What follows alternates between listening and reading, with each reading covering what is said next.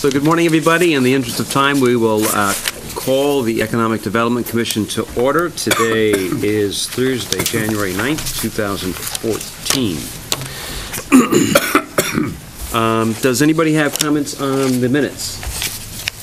Just a minor change. My name is spelled wrong. I don't know if it's a big deal. Yeah, just make a note. You should have gotten off your name. Barnett, not Barrett. In a couple of places where I have made comments. Page 3 and 4. With two T's. B-A-R-N-E-T-T.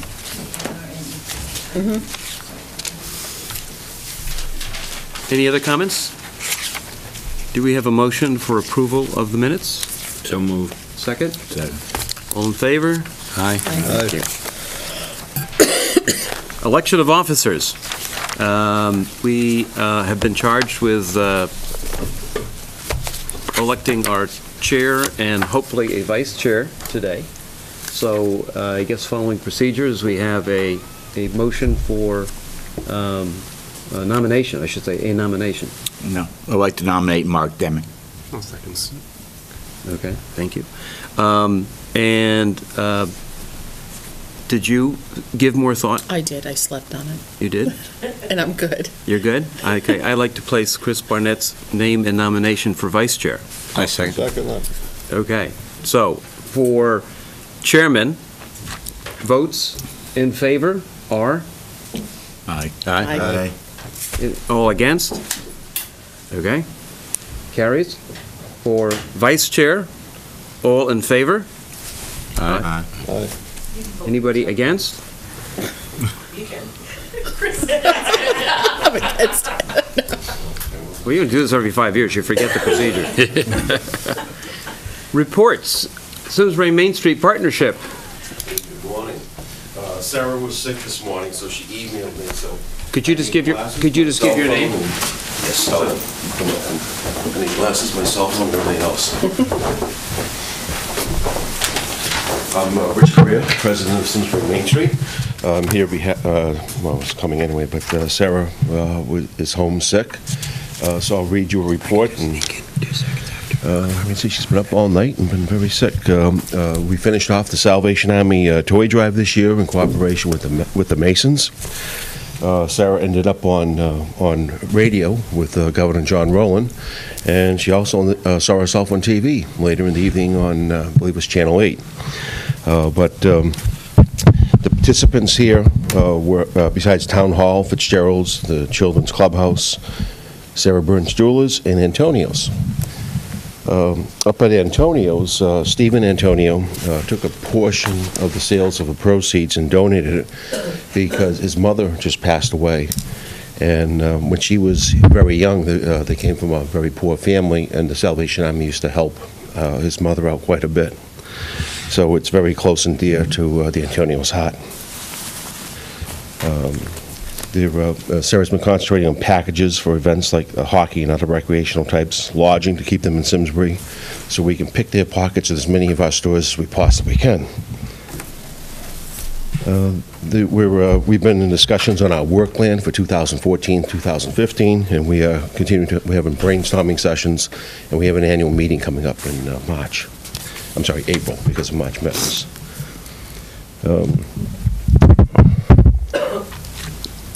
There was a meeting yesterday afternoon, collaboration for the innovation, and they're setting up their mission, their vision, and their values.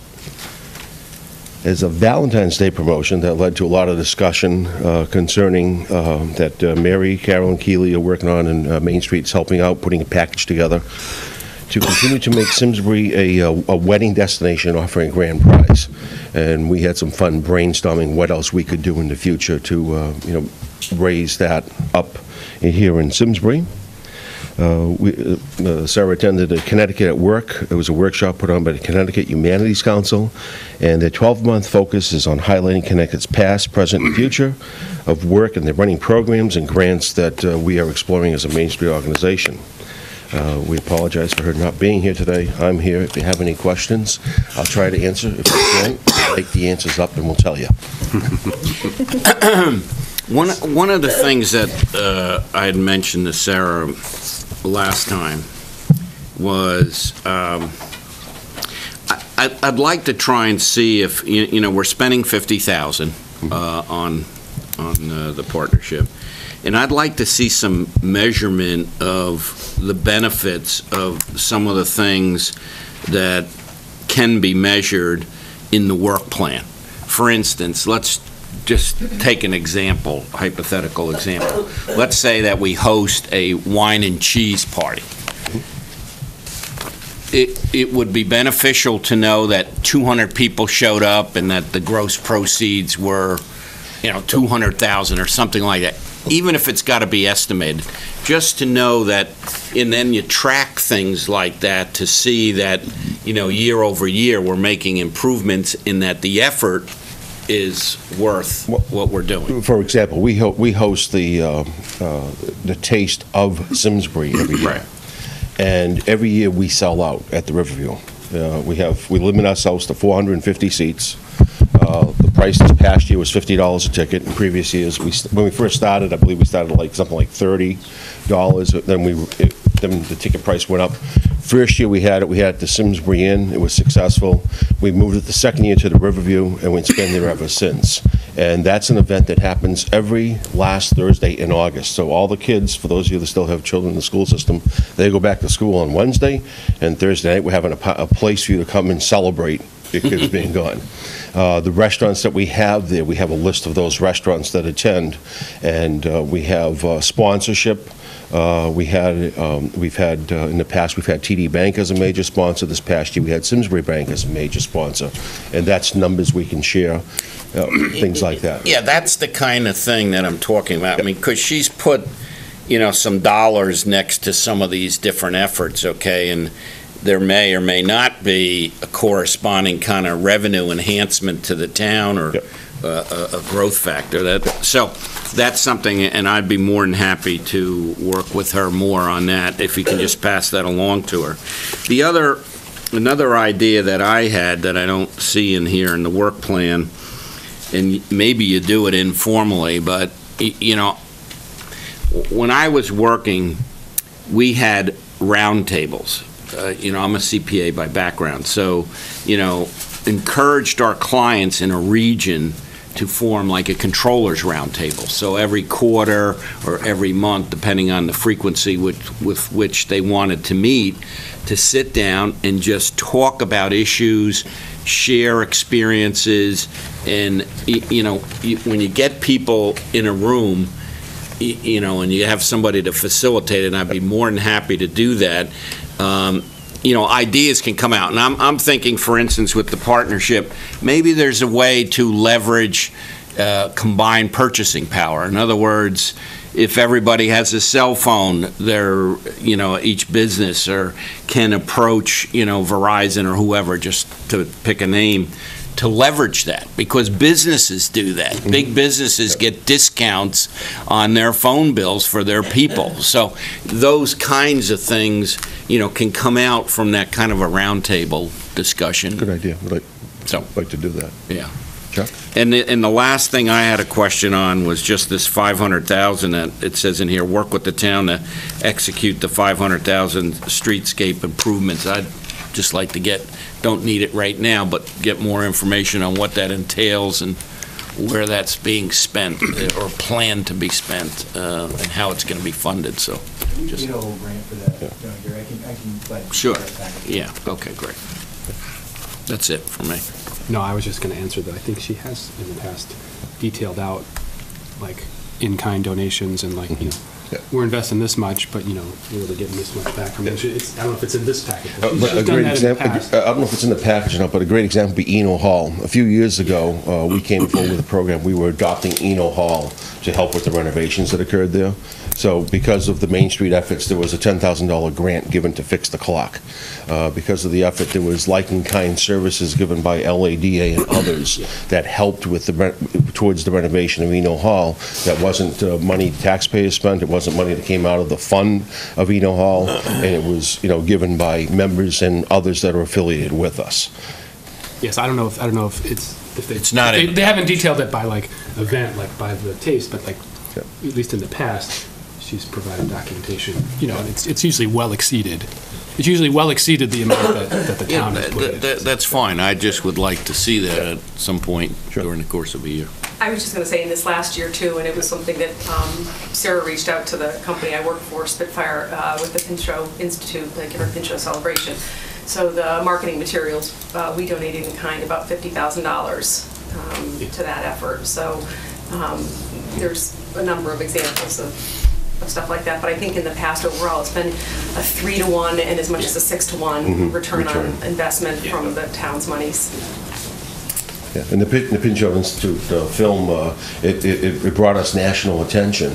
The one PBS station that hasn't aired it yet, from my understanding, is still CPTV. Each year when you put your work plan together, do you have a list of priorities for that year We that do. sort of get moved to the top? Yeah, we do. What would you say in this along your work plan here, what 3 or 4, what items are like sort of the priority ones you're working on for the new year? In this case, I'll have to make it up. I don't remember. Okay. Okay. I mean, every year, we look at things like the band concerts in the summertime. We look at, what other events can we start to look at so we don't become stale in anything. So a couple things, like we had a great, planning session. What can we do about making Simsbury more known as a wedding destination? What can we, and a whole host of tying people together, which came out of the request to us to do the small package now, but is there a bigger thing we can do next year? And we're looking into that. We're looking at, in the past, we've done things like we did a bridal show one year, and we found it was a difficult thing. We tried it, it didn't work, so we adapted. We used to hold an auction every year, and then it seemed like everybody was holding auctions, so we moved away from that. We try to get ahead of the curve of what everybody else is doing to raise funds or bring awareness to a community, and as we watch what other people are doing, we'll shift a little bit. We believe in the arts. We believe in our downtown. Our downtown goes from Holloway's, from the North Village, down to Abigail's at the south end and up West Street to the high school. That's our downtown. It's long, it's linear, but we have a lot of great mom and pop businesses that need help. One of the goals we've always tried to do is we try to view ourselves as sort of like we're a mall without the mall. We'd like to manage it like a mall. However, the business owners that are here, they don't feel comfortable sharing sales numbers. As an organization, I would love to find out what each business is doing in their sales volume, because what that could do is help us as an organization direct some programs to a specific way to bring people to their type of business. And, but again, it's mom and pop, they don't have to report. If you go to a larger shopping center and you have the nationals in there, everybody's reporting, even the mom and pops. And when somebody's getting in trouble, the management looks at that and they say, oh, we can do this promotion or this promotion to help that particular business. I'd love to see that trust come forward. And even if it was blinded and that only one person had the information, whether it be Hiram from town staff, although he's got more than enough on his plate, but someone that could have that information at least, and then say, we should be looking at so-and-so and helping their business out. Well, one way to do that is to just do it by percentage. In other words, what percentage were your sales up or down from the prior year? So you can get a feel on what direction things are moving in without disclosing the sales. You talked about Main Street's linear. One of the concerns I've always had with Main Street, and I've expressed, I'm sure you appreciate this, is the town's contribution to Main Street's budget, which is $40,000-50,000, and that's moved around, or whether it's under the EDC or under the Board of Selectmen, et cetera. The verticals like Terriffill and West Street, is there a plan to try and encompass them? Because it seems to me if the town's putting out money to support Main Street, some of the merchants are benefiting from that, and the others are kind of out in the left field. Actually, two of the programs that I talked about last year, we're doing the village districts. We worked on the Weetog area this year, and that's almost done. Two of the others that we have are we talked about West Street, we talked about the North Village, we talked about Terriffill.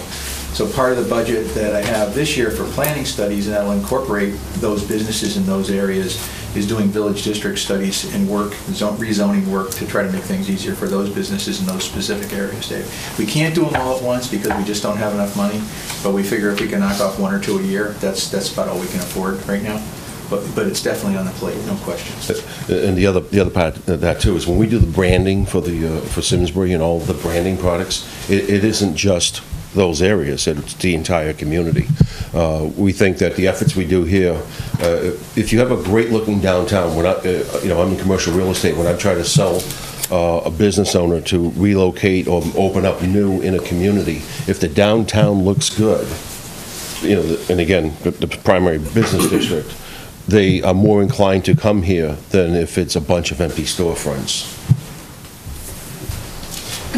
Okay, thank you very much. Thank you. Farmington Valley Visitors Association update. Just state your name. So.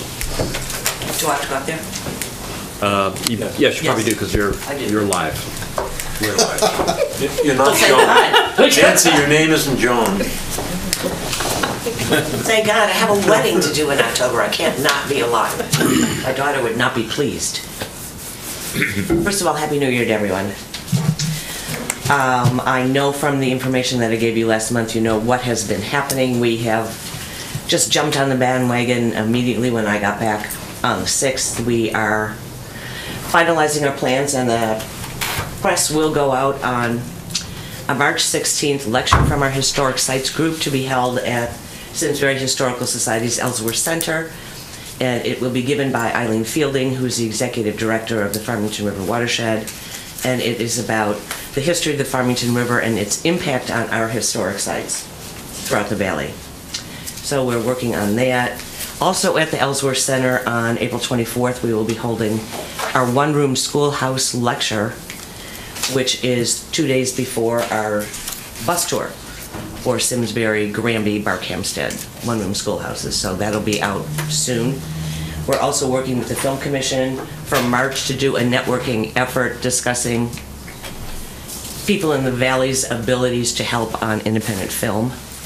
And we do have an independent filmmaker in Avon working on a project called Mindscapes Originals, and he will be there with some other people. We're going to open it up to the area and see what happens. We're also back in the marketing phase of the triathlon that's going to be in Simsbury on May 18th. And finalized plans for our May 31st, which is now being called the Roaring 20th Anniversary Gala, A Night at the Bell, which is our 20th anniversary bash. And to begin 2014 with that, we have given our regular members the opportunity to take 20% off their dues if they pay by Valentine's Day as a 20th anniversary incentive. And throughout the year, there will be other little events coming on, but at this point, that's where we are. And as far as I know, 95% of 2014 guides are out. And the last should be done this week. Or I guess they have to answer to me, so. That's what we have so far. Any questions, comments? I'm going to move it right along. Thank you. We have our new, what would you say your? Co-chair. Co-chair of tourism. Dominique Avery. Dominique Avery, who will be overseeing that, and you're replacing Liz Banco, Liz right? Banco, right. Okay. And hopefully, as the year progresses, we will work with you more closely, particularly on the website. So that. Doing so far. Do you have any other things you'd like to? No, I just came here to hopefully to support whatever decisions you make on the budget. We are very interested in Peter Fairweather's recommendation that we fund a video on Simsbury, and we are also very concerned about the website. We're thrilled that it's been worked on, but we feel like it really needs professional support, and our Simsbury Tourism needs its own site. Help's on the way. Okay, thank you very much. We have a brief update from the Chamber. I'll make a brief update based on comments that have come in the past and with regard to what the Chamber does. I'm on the board. Ferg is been a member for a million and a half years, is that what it is? Million and a half? So, and we attend this meeting all the time. I'm also the chairman of government affairs for the chamber. That really came about by being on EDC and being the liaison to government affairs, and now I'm the chairman of government affairs. So I'll regularly update us on what the chamber is doing. There are two items coming up. First of all, the government affairs really works closely with the issues in town that are occurring that help businesses, and they get involved regularly with supporting letters, showing up at different meetings if necessary based upon what the issues may be, or if there's some regulation changes or things that they've recommended. I invite everybody to attend the government affairs. It's in the morning on Tuesdays, 8 o'clock. Our next one is next Tuesday, January 14th. So regularly, if anyone wants to show up, come to that. I encourage it. They're good discussions. The government affairs is going to host an informational breakfast at the Hartford to give everyone an update on what's happening at the Hartford, and I believe that's on the 26th of February. And I encourage everyone to attend that. And then the chamber is hosting a leadership breakfast, which they will have a speaker. It's very well attended, and I would encourage everyone to attend that. I think that's on February 7th. And those are two items that are now coming up, and then government affairs, but I think that's the most closely aligned part of the chamber that could work and does work well with the EDC. And if anyone ever has any questions or comments, myself or Ferg would be more than happy to do that. Dominique is also on the board as well, so there's three of us here today. And Hiram regularly attends the government affairs meetings. So I think we're pretty closely connected. Thank you. Item number 5, update. Excuse me. Oh. I wonder if Lisa could give us a little, she's the liaison, I think, with the board, a little information on what's in the pipeline that we should have some information on. One of the things we're working on is the technology committee is looking at our technology needs. They've done an analysis with what CROG is doing, what the Board of Ed is doing, and what the town has. And one of the things that's come up, as Dominique knows, is the need that we don't have the staff. We have 2 technology people for 600 devices. And so they're going to probably make a recommendation, although they haven't yet, that if we want to have a vibrant tourism site, a vibrant economic development site, we're going to have to really look at our staffing and see if this is a priority for the town. We're hearing from many commissions, including this one, that it's crucial for marketing. So that's one of the things we'll be looking at during the budget process and get their recommendation. They are consulting with the Board of Ed on their technology needs to make sure that we aren't doing one thing over here and another thing over there. And so they're sort of bridging the communication gap that has existed in the technology world in the town. So we're thrilled about that.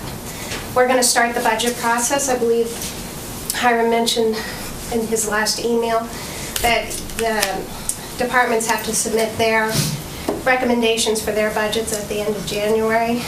And then what happens is Mary then adopts a First Amendment's budget.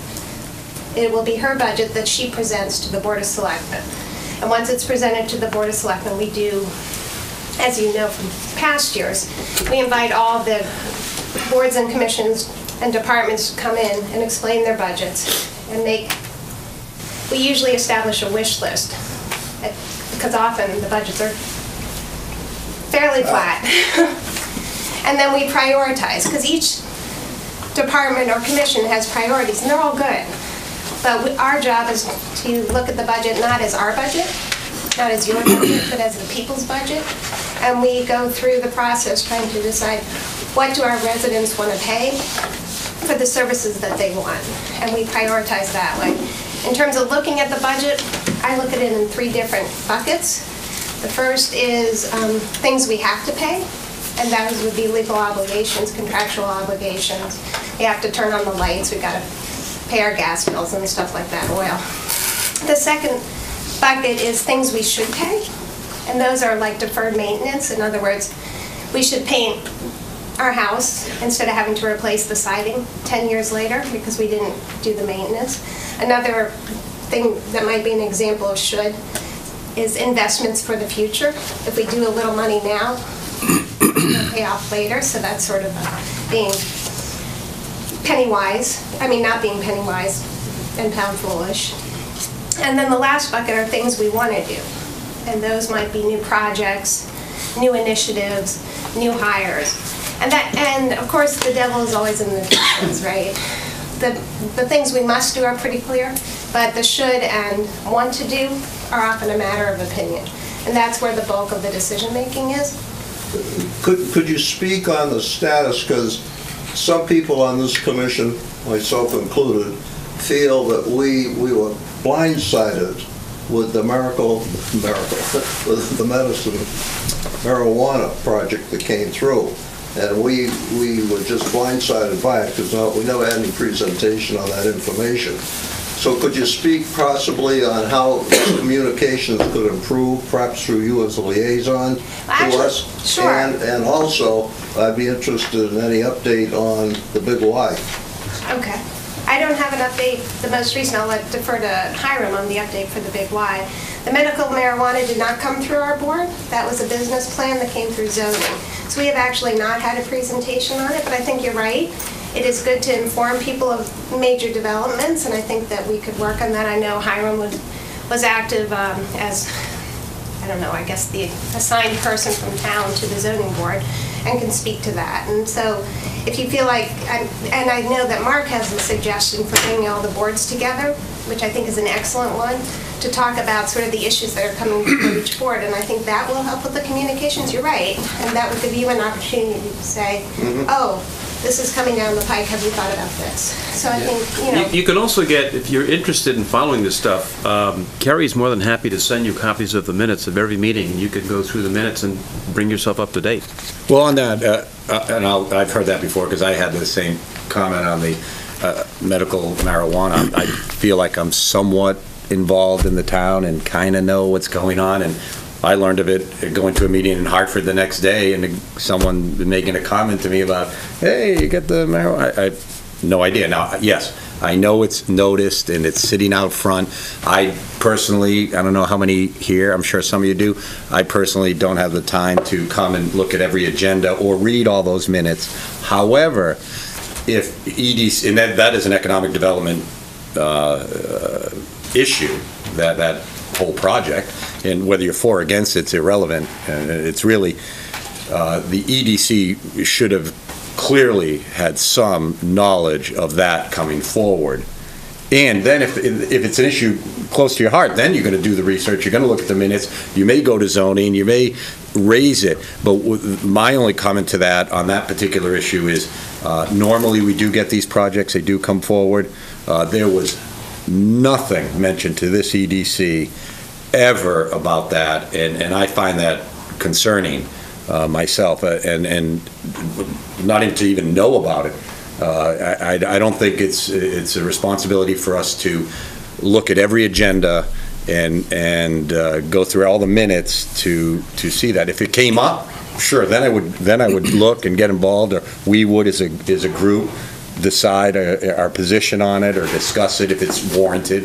But that was an economic development issue, I think, and I just had no knowledge of it. So I would like, and maybe the meeting that you suggested, we've had a couple in the past where we get together, but I think that is an exception to how it normally works around here.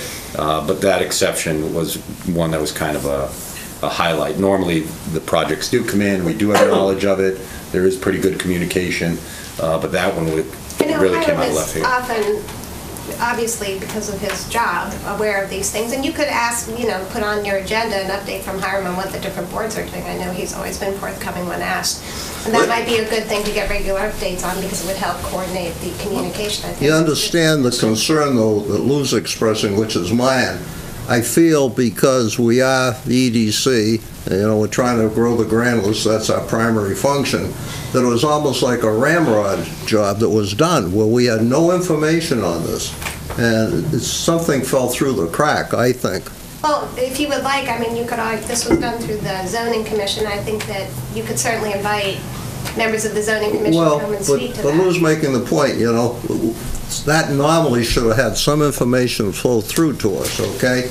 And it didn't. It just fell down the crack. So I think we can learn something from this. Absolutely. It did not come through the Board of Selectmen. It was not a Board of Selectmen initiative or But see, Lisa, there are at least a dozen towns in Connecticut that have put a moratorium on it. So it's that much of a concern within communities that I'm just stunned to find out that this all goes through zoning and the Board of Selectmen didn't get involved because, I mean, this is a big issue. And you keep reading more and more articles about what's going on in Colorado and other places and what this is all going to lead to. But the fact that 12 towns, and in some of those towns, you know, there have been articles in the paper recently, you know, this was an issue at their town councils or their Board of Selectmen, whether they wanted, and 12 of them put it as a moratorium. So that tells me that it's a big enough issue, and I knew nothing about it until it was So I think point done. well taken. If we could move on in the interest of time, if people on this commission have a suggestion on how better to pull up information that's going through planning and zoning and present to us, be more than happy to find out how to do that. But we have a lot to cover here. One more comment? One quick comment and one quick question. You know, to what we were just discussing, it sounds as though, and I'm not jumping ahead, but the Economic Development Task Force that's being proposed might go a long way in doing that to the extent it has, you know, both a member of the Zoning Commission and the Economic Development Commission sitting together. That's maybe one opportunity to kind of better share information. And then just one question I had with respect to the technology initiatives. Has there been any discussion to outsourcing some or all, probably some portion of that effort? Of which effort? You know, so the technology, the web presence. So there's a lot of things, right? There's the development piece to it, and then there's ongoing maintenance pieces in terms of updating sites, adding new content, that sort of thing.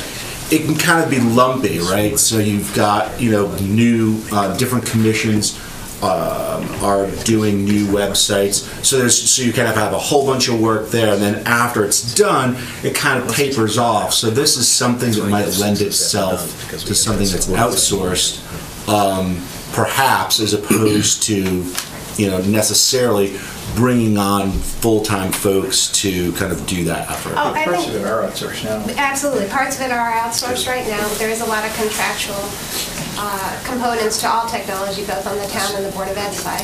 I think that is precisely what the Technology Committee is looking at, deciding the best way to allocate resources and to really evaluate the need. They are taking a hard look at, they are diving deep into the details and to determine the need. But of course, that's something we always look to. Okay. Sounds good. Okay. Yep.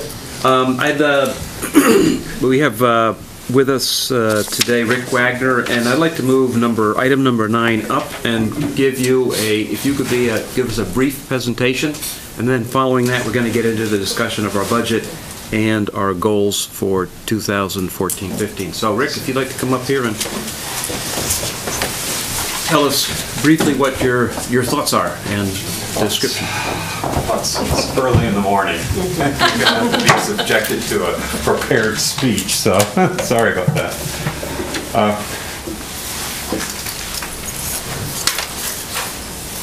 My name is Rick Wagner, and I live in Simsbury. When I first heard Fairweather's idea for Simsbury's core marketing idea, I was not impressed. Simsbury intersection to innovation in nature. Sounded trite, out of date, and quite frankly hollow. It reminded me of large corporations 20 years ago who hopelessly tried to reinvent themselves by just claiming they were innovative. Let's face it, we are no Silicon Valley that has millions of tried and true investors. We live in a small, quaint, historical bedroom community primarily servicing big insurance. This is hardly what one would immediately associate with the word innovative. So I thought, maybe we should keep our tried and true slogan, heritage, charm, and adventure. Or perhaps I heard recently, Simsbury home to arts, culture, and recreation.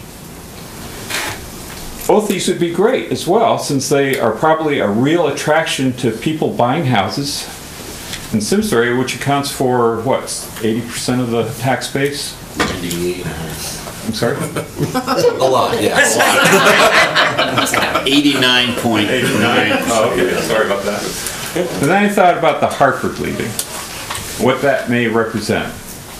Our cozy, symbiotic relationship with the insurance industry that served us so well, especially since the 1950s when it started to really grow. Was this vision slipping away? If so, what is our new reality? Is Fairweather right in that we need to focus on attracting the small, high-end entrepreneurial companies that will put up with a high cost of living in Simsbury? If this is our future, then touting our highly educated citizens as being inspired by nature, it may actually stand a chance of luring such companies. As an aside, I'm not sure that our situation is much different than the other 4 towns representing what we call the Farmington Valley.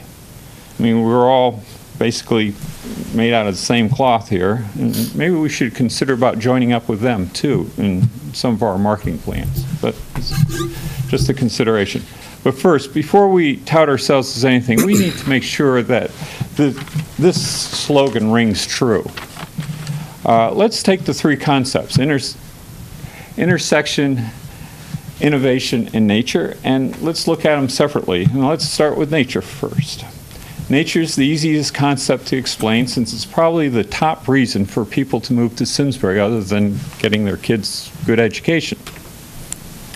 Since beauty is as beauty does, I will not spend much time explaining this concept other than say we are not doing enough to exploit it as a tourist destination.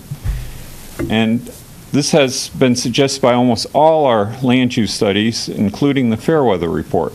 For example, why can't we begin implementing the Simsbury Meadows River Walk and Nature Center?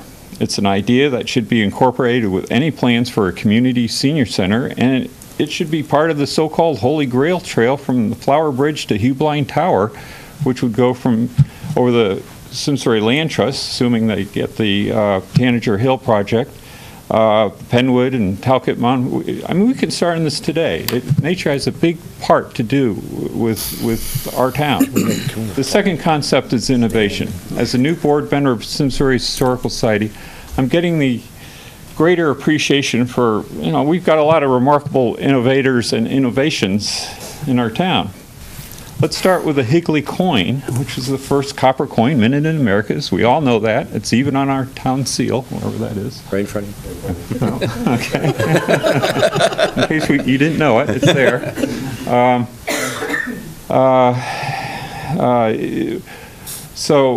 But you know that William Gray, who lived in Terriffill, invented the first pay telephone? I didn't know that. I just found that out.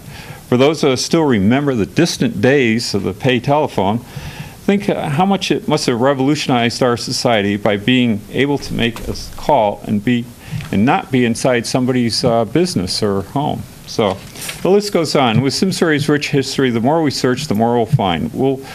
We had the first steel mill in America, the first carpet mill. We were the home to the father of modern conservation, Gifford Pinshaw, and don't forget William Phelpsino gave us traffic regulations. Can you imagine what life would be like without traffic lights, uniform signage, two-way highways, and even more streets? It was our boy Eno. It can be even said that Martin Luther King Jr.'s stay in Simsbury inspired him to be the great social innovator he became. So what about the present? Are we innovative now?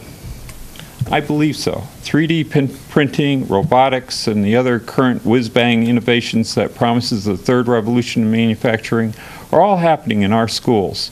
Our technology group has grown exponentially in the last 5 years to now it is nationally recognized and will be an attraction to other schools in the region, including Westminster, who have expressed an interest in it. Coincidentally, the Simsbury High School, Simsbury Library, the Simsbury Historical Society have been brainstorming on coming up with ideas to do Makerspace or Innovators Workshop where our multi-generations can learn from each other doing hands-on projects. They have formed a group, which we've talked about a little bit here, called Innovation Team, and we're expecting great things to come out of it. They'll be reaching out to over 200 nonprofit organizations in Simsbury. I don't know if you realize we have 200 nonprofit organizations in Simsbury. I didn't realize how many there were that could be part of this effort. And we also, the Simsbury Historical Society expects to have an Innovators Hall of Fame, which is going to be showcasing the past innovators, and we also hope to spotlight on current innovators of the town. And also, as we all know, many of our existing businesses can claim to be innovative. If you look at Ensign Bickford and Fonon's websites, they tout their innovativeness. We should be doing everything we can to keep them here and helping them to be strong and to expand. We also have some budding entrepreneurs like this Jeff everyone's talking about. I'm not quite sure what he does, but he's a recent high school graduate. No, actually, he's actually an established innovator. He's established the innovator. He does, okay, and he did medical capillaries. He's done stuff for the Navy. He's done stuff for fire departments, how to keep their hoses more secure. He's actually an inventor, an innovator, and an engineer. And we have lots of people who are just by themselves doing that in town. And that's what we discovered through the Innovation Committee, is that there are so many people who are doing very cool stuff, but we don't always have our left hand talking to our right. And this is a way to bring them together. And often the innovators in town are working on their own, and what we discovered in talking with them is that they're looking for a place to collaborate, to meet, to discuss ideas, and actually to work together. So now comes the word intersection. This is the word that gets most people to think. And I think this is the real power in the core idea. To me, it means there is an inherent part of our makeup and who we are. It is along the lines of Einstein walking the Alps and dreaming up the most innovative concept of the 20th century, the theory of relativity. We see it all around, and we take it for granted, but if you live inside of Boston, New York, you just don't see that much nature. In the intersection, we can't compete with Boston and New York because they're urban centers, but we do have nature, which it's the intersection that gives us the power. So in summary, I think Fairweather did a great favor in suggesting this core idea. It is what Simsbury needs to build a lasting future, and I hope your EDC will be able to, you guys will be able to endorse this slogan. Next, or following the budget discussions, Nancy will be discussing the economic task force concept.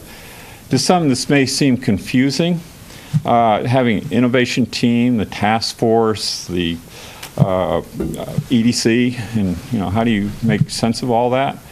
I think, to me, I see it as parallel and not contradictory. I think that our innovation, or the innovation team, is looking at drumming up town support to show off everything. It's the internal stuff. Whereas the economic development task force is looking at it from an overall direction, and it's you guys who, I guess, are coordinating it, make sure that we all stay on course. So anyhow, those are my remarks. Thank you. I just had one question. The government affairs on our agenda next week has people, the library director, Lisa Karam and David Bloom coming in for the library innovator workshop, and I think you're working with them. Yeah, they're part of the innovation team. There's been 2 meetings. Last meeting was yesterday. That was the core team. So the core team, and Lisa and Hiram were there. I was not there. I'm not on the core team. And Lisa, Kareem. Lisa Kareem will be the representative of that innovation team. So if people are interested, that is happening in the government affairs as well next week. Okay. Thank you. Hiram, update status of the Hartford Land Use Study Committee. Sure, very briefly, the next meeting of the Hartford Land Use Study Committee will be the 13th at 6 p.m. in this room, just prior to the Board of Selectmen meeting.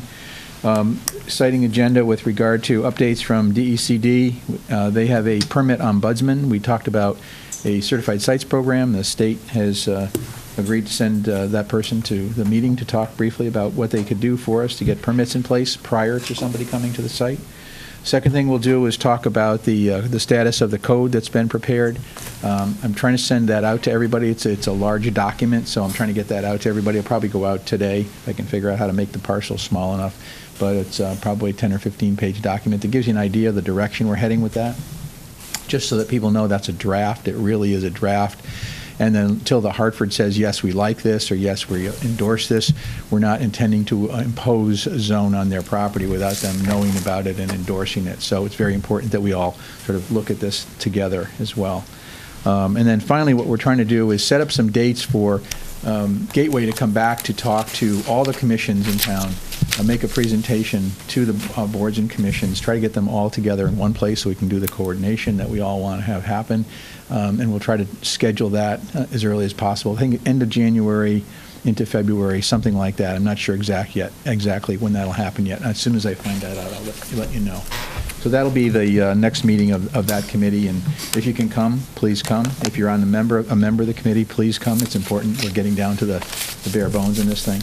The consultant, the Hartford has a consultant that's looking at it as well, at the code as well, so they'll give us some input prior to the 13th in terms of what they think about the code, and then we move forward from there. So things are moving forward. I think as Lou mentioned, that meeting on the 26th of February 26th down at the Hartford will be interesting. We expect to get an update from CBRE with regard to their activities, and I don't know that they'll tell us who they talk to, but they'll certainly tell us what's going on with that as well. And they've been invited to our meeting on the 13th as well to come and talk to us about that. And I believe also on the 21st, there's going to be an update by the Hartford. I think the selectmen will probably talk about that, more about that on Monday. So there'll be more information coming out about that in the near future. So. Thank you. Any questions? Hiram, do you know if anybody's looked at that building at all? I know a number of people have. What the results of that have been, I don't know. I know personally I've sent at least 3 or 4 different people that have called me about being interested in it directly to the realtor. I asked them the other day whether they had gotten any input, and they said they'll be glad to update us on the 13th. So short of, I didn't get specific feedback from them, but I know I've sent a number of people there on myself. So we've had people look at the data center for servers, off-site servers, other people with different ideas looking at the property as well. Mm-hmm. Good. Okay. Hiram, can you make any comments concerning the Big Y, or are you going to do that later? I don't have a lot of comments. I know that the town attorney is working on something for the Board of Selectmen. That's all I really know about it right now. There are a series of different options, Dave. Right now, just so people know and are clear, Big Y could come in tomorrow and get their building permit. They're done with us. We're fine. The holdup is the easement on the skating center driveway. And so whether they feel comfortable or not going forward without that easement being signed is up to the Big Y. So at this point in time, they could move forward immediately, no problem at all. So how that gets resolved is a matter between probably the Board of Selectmen, maybe town attorney, skating center may get involved, I don't know. But they could come in tomorrow and get their building permit, so that's where we are. Any other questions? Okay. Did everybody get in their packet a copy of the goals and budget? So why don't we proceed with goals? Let's go down to the list if you have comments in terms of substance. Number 1, priority number 2. I did not put them in any sort of priority list. I put them down. If you think that they should not be included, or if you think something else should be added, please speak up and make the case for that. So, number 1, continued support of Main Street and Farmington Valley's Visit Association to the tune of $50,000, which Simsbury Main Street put in for and Farmington Valley put in for their $4,000 for the next budget year, 2014-15. Comments or questions? Yeah, my only thing is, again, I just want to see some measurements on, return on investment, if you will. particularly with the partnership, because that's the biggest bulk of the money. Could you look at their work plan and go through the... Yeah, I'll and then get pick in out touch some with items? Sarah and go through this in more detail with her. And then, are you going to be at our next meeting? No, I'm gone for the next 3, but I'll call her. I'll just, or email her. If somebody will give me her email address or her phone number, Sure. I can discuss it with her over the phone as to what to do. I have the plan, and then Okay. we can go through it. So I'll do that with her. Excellent. And Anything- I'll get back to you then on more discussion. Okay. With her. Anything else? Comments, question? Number 2, redesign and maintenance of the EDC, Simsbury Main Street, and tourist websites. I have a comment about that. Aside from the startup fees for the website, which we'll discuss later in the agenda, I think we need to have a line item on the budget to have sort of a webmaster or someone to, in the future, continue to take care of these websites and not rely on volunteer activities, because that's sporadic at best, to continue to add content and calendar items and events and all of that, because on all 3 of these websites is important to the growth of this town. And I'd like to see a line item added or money allocated in the budget towards supporting that. On the EDC budget. On the EDC budget as a proposal. Okay. One of the things that I had talked about for a while is that GIS is an important part of this whole thing. As far as I'm concerned, and I haven't talked in any great length to the selectmen yet, or not, or certainly to Mary, but talked a little bit to Mr. Bizzano about a GIS person.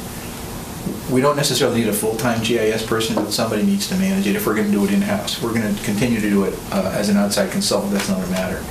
But it seems to me pretty simple to have a person that would be like a 1/3 website person, 2/3 GIS person.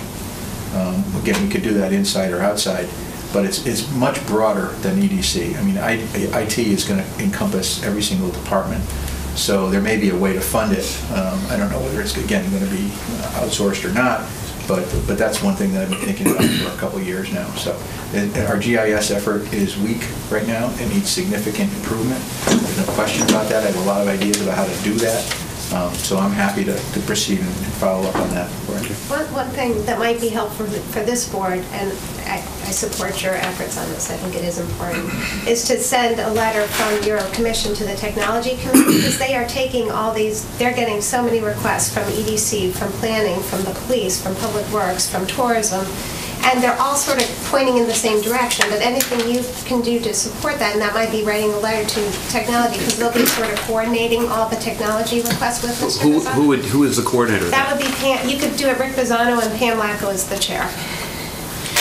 But is it worth our while to include a dollar amount on our budget, so, as a proposal to the Board of Selectmen? Yeah. So if each commission is requesting sort of a webmaster or whatever, that everybody sees there's 3,000 here, 8,000 here, and all of a sudden it becomes very apparent in the budget process that with all these boards and commissions requesting the same thing, that it becomes a full-time person as a webmaster, just like the Board of Ed has. Okay. So let's just get to we'll talk about this when we get to the website.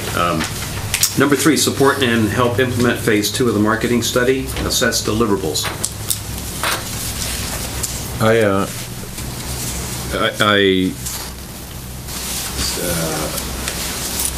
Having an effort in some direction towards some of the marketing ideas, I think is warranted. I think money should be allocated to do that. I just don't want it to be misinterpreted as funding the same company to do that second phase, where we may be able to do some of that with some of the talent within our own town. The task force that Rick had mentioned and Nancy had proposed might be a way, and I think that was part of the intention, to do that and do that with some of our in-house, maybe able to save a little money, as opposed to going and spending, you down in your budget, you had $60,000 to do that. It might be a way to save some money and implement some of those matters in-house and through a group here that, if it's the task force, they could run through EDC and we can report to the selectmen. But that, So I'm in favor of moving in that direction as a goal. I think it's important. I just don't want to misinterpret that the 60 should go to that marketing company at this time.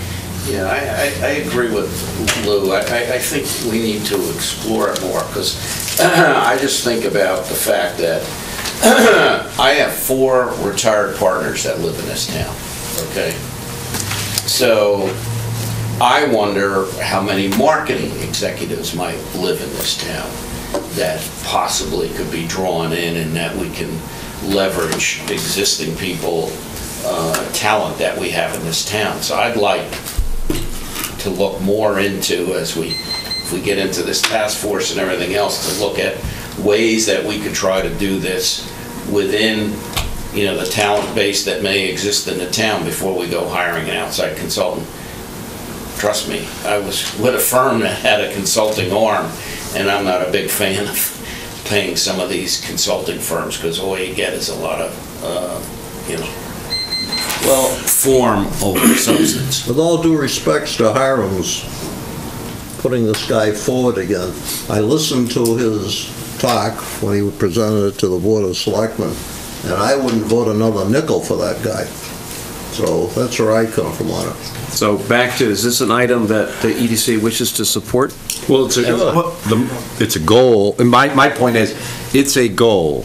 I just don't know if $60,000 that you have further down that we'll discuss should go to that firm. Okay. And I think there might be ways to get money allocated to supporting the task force, and maybe putting more funding towards the Meadows, which is on your list as a master plan, to kind of accomplish both the goals of the proposed task force and the goals of developing a recreation facility here in town. Okay, so we'll keep it on the list. Yeah.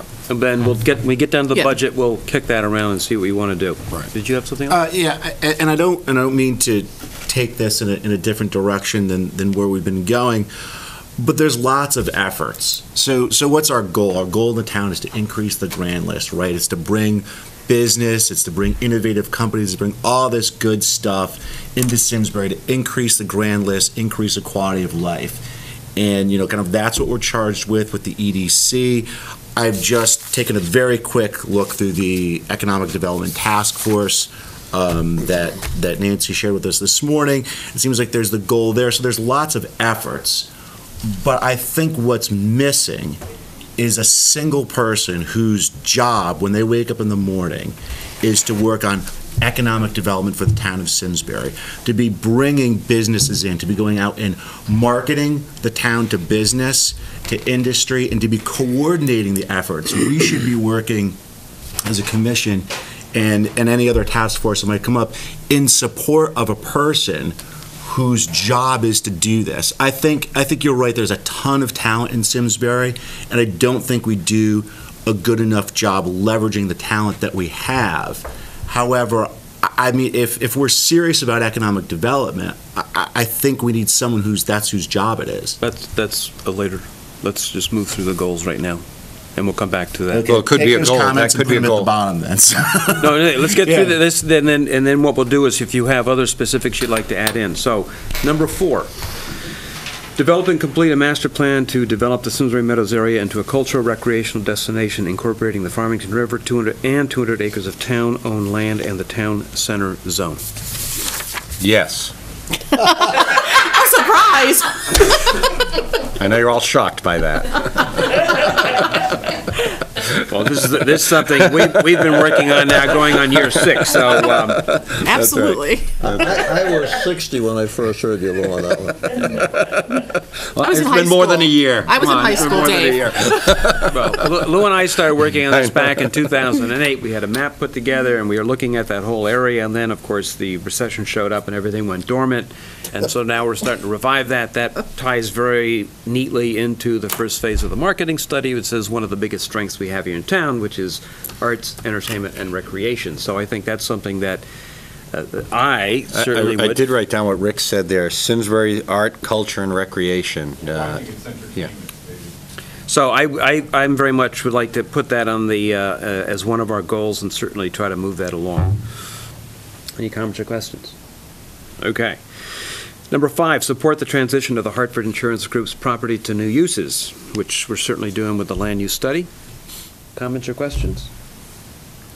6, discuss the possible revisions to the tax abatement program and reestablishment of the infrastructure assistant program. We've kicked that around for a number of years. The tax abatement program, Hiram, is there, correct? Okay, and it's by case-by-case basis. How much has been used on it, Ivan? I think we had 8. Last time we counted, we had 8 people that had applied for it during the process, during the program. How many have been approved, you know? 8 been approved. Okay. 8 applied and 8 got approved. No, more than that. No. About 10 or 12 applied, 8 got approved. Okay. Yes. Now, is there, I think you've indicated an interest in perhaps revising that, or we're pretty happy with the Yeah. structure of the program as it I think exists? that the Business Development Committee meets occasionally, and questions come up about, when should it be applied? For example, should somebody come in and apply for that abatement prior to a project, or should they apply for it after the project is built? Maybe there should be specific limitations as to what types of projects can apply. People come in, for example, and want to apply a tax abatement program to say a luxury condominium project. Is that really appropriate as opposed to something which is going to generate more jobs locally? Those are the kinds of things that we need to be more clear with regard to guidelines in the program. Is the bottom line to, when you look at that, is which applicant will increase the grand list more than another? Is that the sort of the real bottom line? That kind of discretion needs to be built into it. It's not there right now. It's not clear. I mean, I always thought that that's certainly a possibility, but that's entirely up to the Board of Selectmen whether they actually grant it or not. The recommendation comes from the Business Development Community based upon a fairly short set of parameters, but the Board of Selectmen ultimately decides whether to fund it, to agree to it or not. I would also say this, too, that our current abatement program is very, very weak compared to what some other towns are doing. That's a give and take situation. If you want to get that development, you give it up. Otherwise, places like Windsor and other places that are very aggressive about that stuff, that's where people are going to go. What makes a program stronger or weaker? The length of time, for example, at the abatements, you can go up to 7 years under the state statutes. The amount of abatement is actually pretty clear under the state statutes. Yeah, money drives it. Right. Money drives it, but there's more to it than that, Dave. Jobs are important, there's no question about it, but we want to make sure that things that are put in place can stay here, so that they're not things that people can pick up and move out of a building once the abatement dies. I think Windsor also does it for large expansions in homes, eh? I don't know about that. Yeah, I think that's true. Whether that's a private person, Yeah, whether that's something we want to fund or not, that's another question.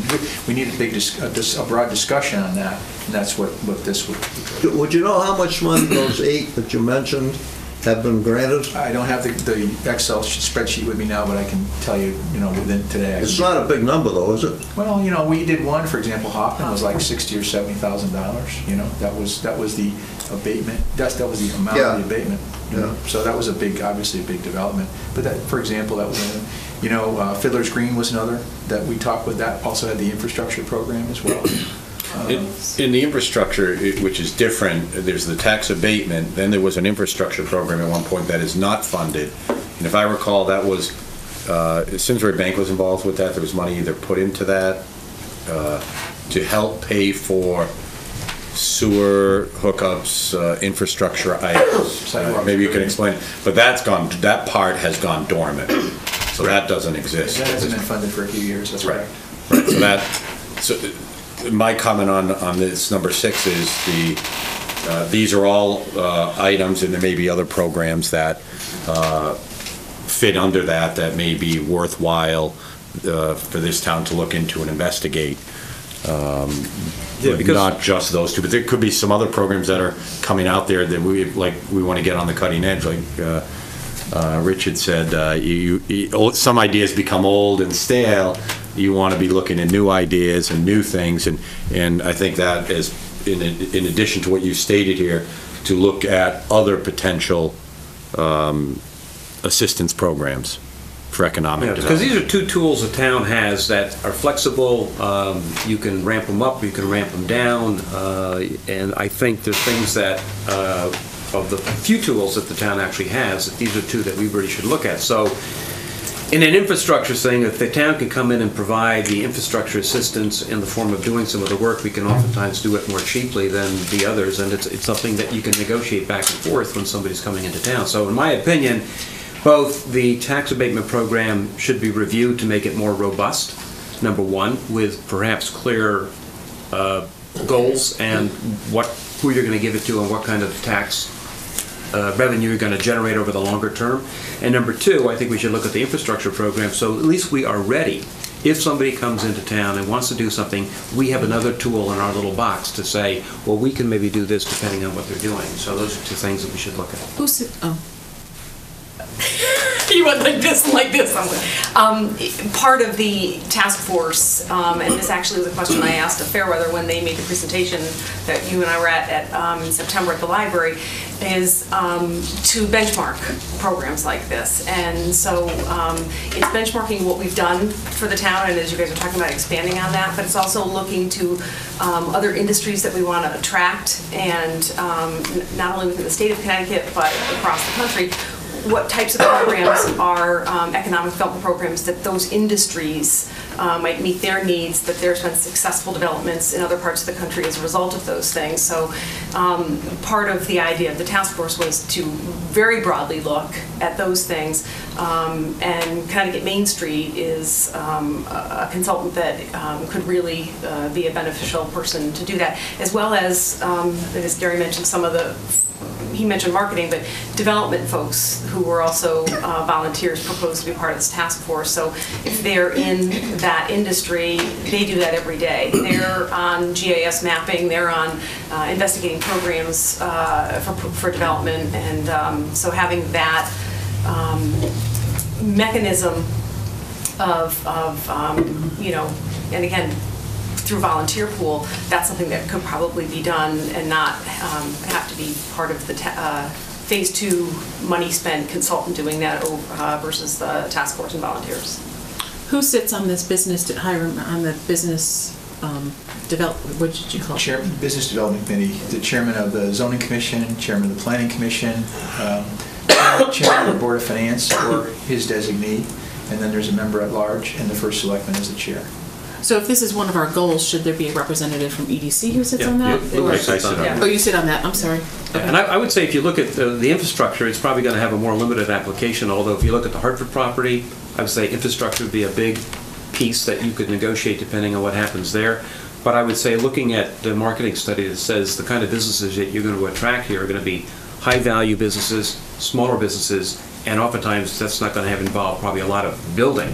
But that's where the tax abatement, if somebody's going to move a shop into here that has 20 people or 30 people, the infrastructure is not going to be applicable, but tax abatement certainly would be a much more flexible and dynamic tool. It really depends on a case-by-case basis. You'd be surprised how many infrastructure implications there are, just with regard to sewers in the town center, for example.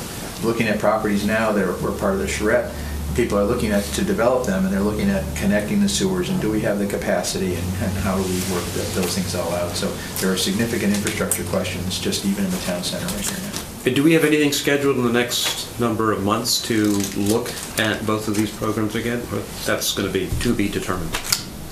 Yeah, it really depends on the time and the allocation of time and effort that commissions want to put into it. Absolutely. I worked on the tax abatement revisions a couple of years ago, and had those basically all ready to go, and they didn't go forward because that was just kind of put on hold. But it's really ready to go. So, infrastructure was a program that Rich Sawitsky ran when he was here, and he's still here.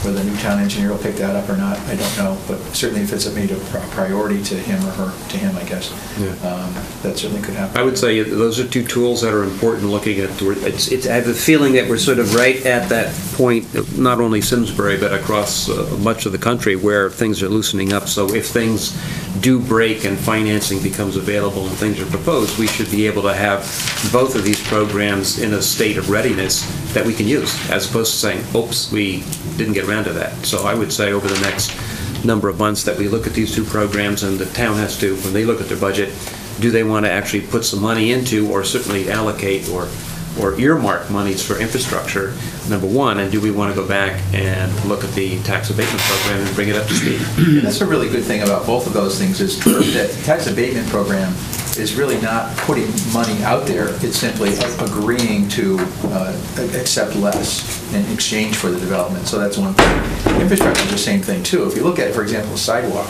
you might get somebody to build a sidewalk and then they come back in for a rebate of part of that. You get the sidewalk, the town gets a sidewalk for 40 or 50% of what it would have cost us to begin with. So both of those are win-win situations. It's just a matter of thinking ahead as to what you want and how they work. You don't have to actually fund them ahead of time, although you do have to put some money in the infrastructure fund, but it doesn't go anywhere unless you actually get something for it.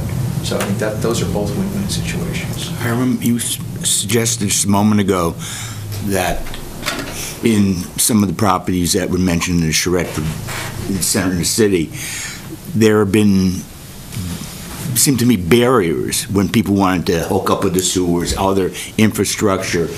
You running into barriers already? I don't know if I call them barriers. You know, Mark can tell you we went through the WPCA discussion with regard to cost of hooking up into those units. That continues to be a discussion every time someone comes in, a discussion with two developers this week. That, you know, $4,000 a unit is a lot of money when you're talking about a number of units. So, you know, that's a question that continues to come up and will continue to come up as long as other towns are half that amount. And capacity is a consideration. Capacity is not an issue so much. We've got plenty of capacity in the plant, but it's just a matter of getting that allocation and figuring out how much it's going to cost to get that. So what you're saying is we're way over norm, relative norm, in hookups, the cost of hooking up to systems. There was a study that was done a year and a half, 2 years ago, Alan, about that, and that's a debatable question, and it's a really complex question that I don't want to give a quick answer to. But there are a variety of charges. Different towns have some charges. You know, Avon or Canton may have one particular charge. We have another charge. Granby may have another.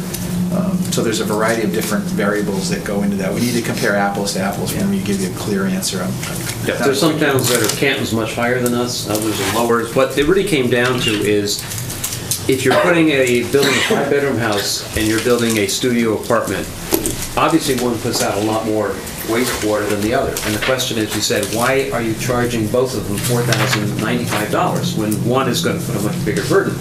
And they said, well, it's just easier for us to have one charge. And we said, no, you have to have, to the extent that the downtown has been rezoned, you must be sensitive that one puts much less burden so that you could build 5 of these equals 1 of these. And so we were successful in coming up with 3 tiers. We had a 1-bedroom, I think a 2-bedroom, and then the regular $4,095. And once again, you could probably argue that every new one that comes on is sort of an annuity for the Water Pollution Control Authority in that they are now on and you have that going forward. And I'm sure this debate will continue to go, particularly if development does pick up downtown. Hiram, is the problem here that they need to refinance their bonds and stretch out the life? Because my understanding was that they calculated a formula based upon assumptions as to growth over time, and the growth didn't take place.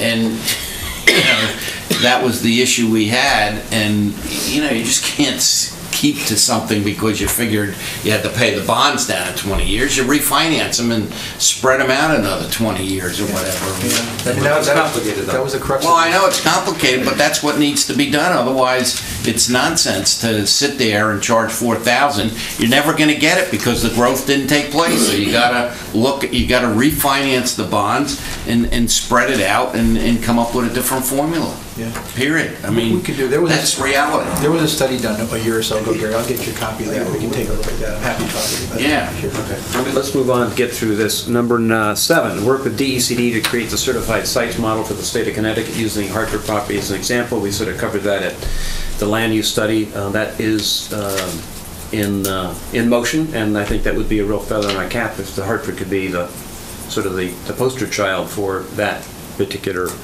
model of development. Any questions or comments on that? 8, establish an annual meeting of the Land Use Commissions to study, discuss best practices for economic development. I was thinking that's something maybe we could do in February, whereas the zoning, planning, inlands, wetlands, and ourselves look at what has transpired over the previous 12 to 15 months in terms of what they've done. follow that up by what the town has done in terms of making development easier, smoother, less expensive, so on, and then look out over the next 12 to 18 months to see what things are potentially showing up or what comments the various land use boards may have on how to make that process smoother or better, or to encourage, put their best foot forward to attract additional development in town. Two comments. In the past, we have done that, and it didn't result. We had some meetings with various land use commissions in the past, and that resulted in having combined zoning planning informational sessions when some of the projects were coming forward years ago. So I think it's a very good idea to get everybody together. I would only add Main Street, a representative from Main Street, and maybe the Chamber, because you want to get that input from some of the business community as to what they're encountering. We somewhat see and know what they're encountering, but it may be good to just add them to the list. My thought would be, if you did it, let's say every winter, it's more informational, that sort of, as we've said here, that people sort of have a better understanding of what you did over the past years, what's currently happening, and what it looks like going down the road, so that you just have a better understanding from the various boards and commissions. And then at that same time, to see if issues come up that are conceived to be, or are that are problematic for any one of the boards or commissions, or a hindrance. Should it be, I don't know, based on what we're talking about technology, should it be before the budget cycles? I don't know if that enough time to. Well, not this year, but I'm saying moving. If the goal is to establish this on an annual basis, is it strategically better to have the group get together before, maybe in November time frame, so that everyone's kind of says, oh, this is November, December time frame. We're all in need of GIS, or it just kind of helps solidify that. When you mentioned winter, I thought budget-wise it might be a little better. Did you think like end of November, beginning of December? Yeah, I would agree with that. What I think you need to add here, Mark, is there needs to be a post-mortem, that we have to sit back, evaluate what we accomplished against these goals, what didn't work, what did work, and, revise them at, to go forward or to drop it off or whatever. But you got to have a post-mortem. You have goals, and too frequently organizations forget about them and don't go back and look at, well, why didn't we make this goal? And what did we do right and what did we do wrong? So I think we got to have that as the last step. I've added in Chamber here at Simsbury Main Street, but you think a better date would be sort of late fall, early winter? Yeah. I wouldn't want to wait for the first one to be done. No, but I'm saying the next cycle. In the next cycle, yes. Okay, that's it for any other. Anybody want to prioritize this? Things are more important than others? Are we happy with the current layout of the? I don't think we want. We could spend an hour. Okay. Prioritize it for you. I think the next the budget part of it. But I think money that's the ninth one. You got to put down a post-mortem that we're going to do that. Evaluate what we accomplished against these goals and what worked and what didn't work. Okay. Any other comments on goals? Okay. Budget. Right now we have part-time 900. I don't have to go through that. It's all right down there. So, the issue. One by one, because I. Yeah, go ahead. Okay, part-time. Everybody good with that? That's pretty much in the ballpark. Office supplies. That's pretty much in the ballpark. Main Street's put in for $50,000 this year. Farmington Valley put in for $4,000. Those have been pretty much flat funded for the last 4 or 5 years, I think. Simsbury Meadows master plan to get things. I put in $10,000. That's a figure. What? I'll jump on that one. I wanted to increase that from the 10 to 25,000 to really develop a master plan. And we don't, whether you have to spend all that money or not, to do it correctly and do the larger, as we've talked about in the past. Not all of the items or ideas can get accomplished in the next few years. It may be a much longer time, 5-10 years, to really get some of those items accomplished. And some of the issues are very sensitive with regard to Army Corps of Engineer permits and things. So it's a long way to go. However, having a general plan, an idea of what can be done in particular areas and what the goals are for those areas. We did that sensitivity type study, so you kind of know where you can do things, where you can't do things. Getting that up front so that over the years, as people, as money is available, as ideas come up, you can add and implement part of that plan. So I would think increasing that, I had it increased to 25,000, and frankly, some of that money came from the next line item, knowing that it's, money's tight in all these areas, but I would like to see as a real goal for this EDC, and hopefully we get buy-in from other, other people within the town, that is a gem, that is a low-hanging fruit. Well, it's a low-hanging fruit with a long-term implementation, but it's one of the ideas that we have, one of the assets we have in this town that other towns don't have. So instead of trying to be something else, we can, with the river, the natural 200 acres, our central business district, all located very closely to each other. It's a perfect cultural, recreational destination, which is the way, we've said it was, and then, arts, culture, recreation. I think that is a great way to bring people to this town, and you could do some very unique things. I know there's putting in the river walk or run or the paths, boathouses. There's a whole host of things that can be done down there. So I'd like to see that be a priority and move in that direction, and I would increase that from 10 to 25. Yeah, I like the number a little bit. The problem, correct me if I'm wrong, if we put the 25 into the budget and then it goes up, and you look at it, are we going to be able to spend that money effectively in that year? Because if we don't, then it doesn't carry over, right? So if it doesn't... No, it doesn't carry over. Okay, if it doesn't carry over, if that's the point, we better be a little realistic, because I can see the Board of Selectmen looking at this and saying, hey, we got to peel some money out of here now. What's the odds they're going to spend that money this year? And that's what's going to get peeled out. Now, if you're trying to put it in as a balloon for them to take it out, I agree with that, that's okay.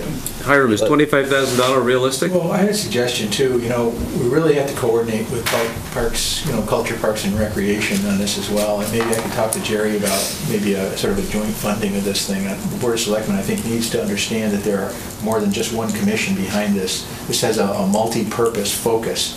And so Parks and Rec is going to have a big part of this as well.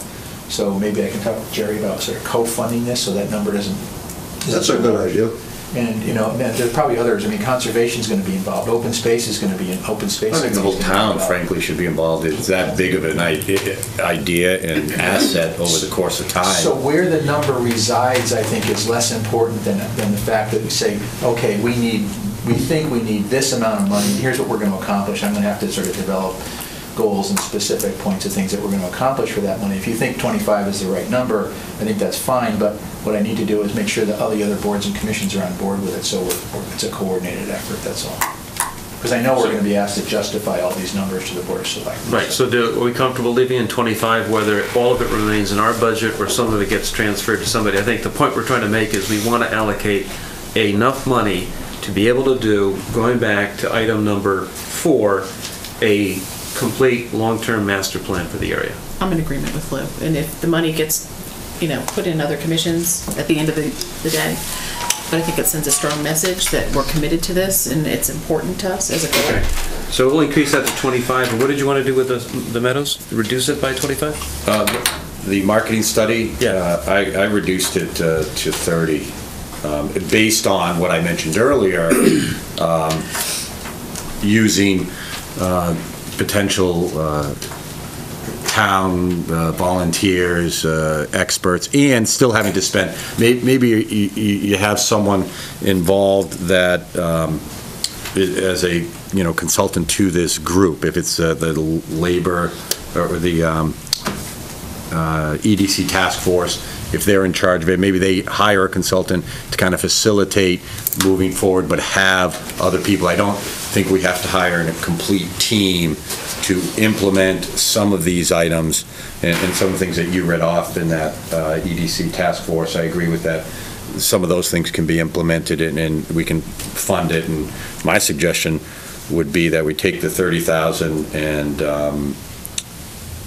allocate that and recommend to the Board of Selectmen that this task force be implemented and report through EDC.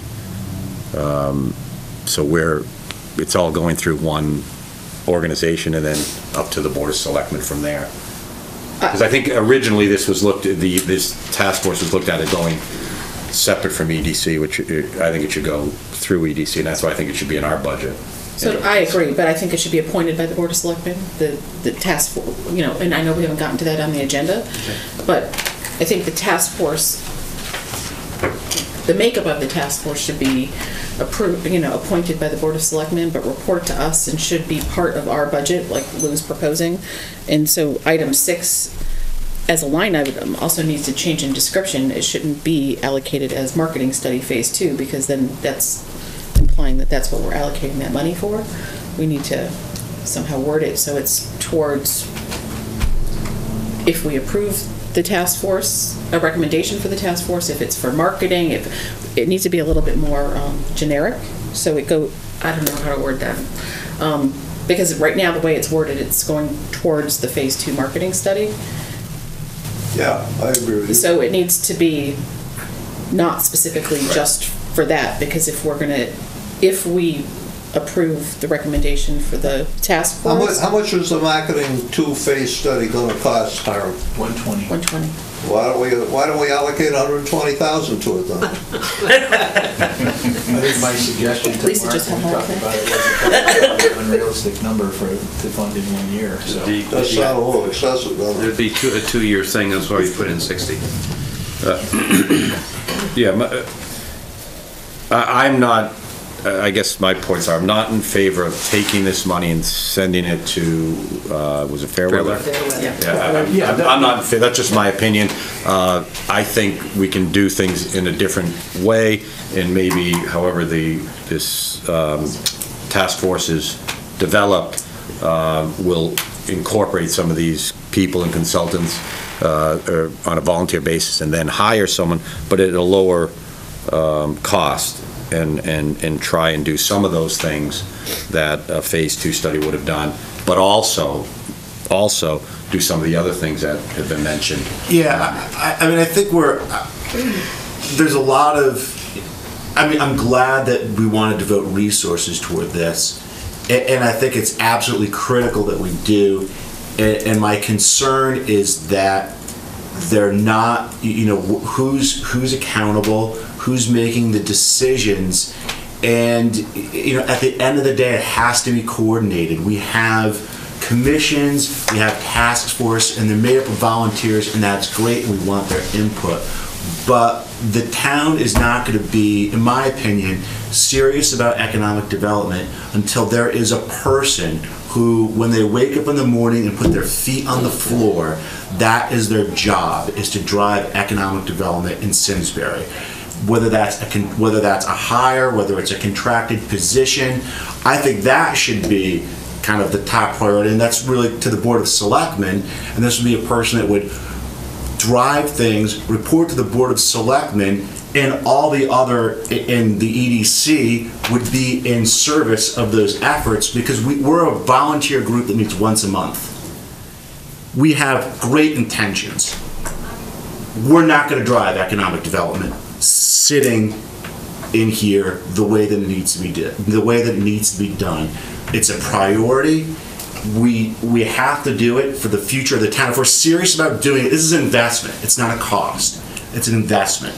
And I think if we're serious about bringing business to town, we're serious about increasing the grand list, we're going to hire somebody to do it, to drive the strategy, to implement the strategy, and we will help and facilitate and do whatever work we can do in support of that, in addition to the other things that the commission does. I will say Farmington did just do that. And one of the things I had just had one-on-one discussions with Mary about is this something we want to look into? And it's, you look at comparison towns, who's doing it, and then what are the deliverables? Does this person, having this person in place, result in increased economic development? I think it's worth looking into. I agree with Jay's suggestion. It's something I've been thinking about. And whether we do it or not, you do the analysis and look into it. Yeah, it's my understanding, Lisa, that, and actually I've thought about this, and also that you need somebody to take ownership and drive this.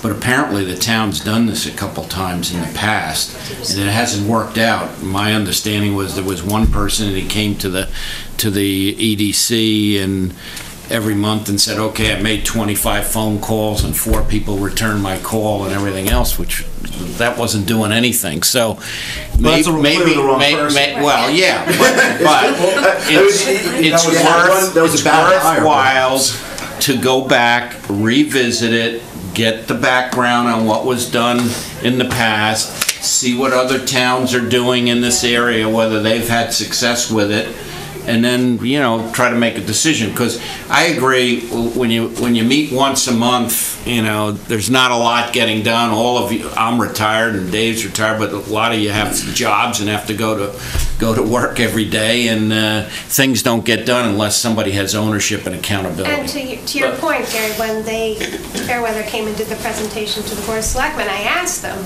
well, this is wonderful, this is great. Do we have the staffing to implement it? And he said, I don't know. It's not clear to me that you do. So it does make sense to, like you say, but we don't want to fund something that doesn't do anything, right. But to really make a thorough evaluation again and see if there's... Let's finish the budget item. Yes. Well, what we have, and actually Farmington's economic development coordinators are new, they just got a new one. So they've had an economic development coordinator for years.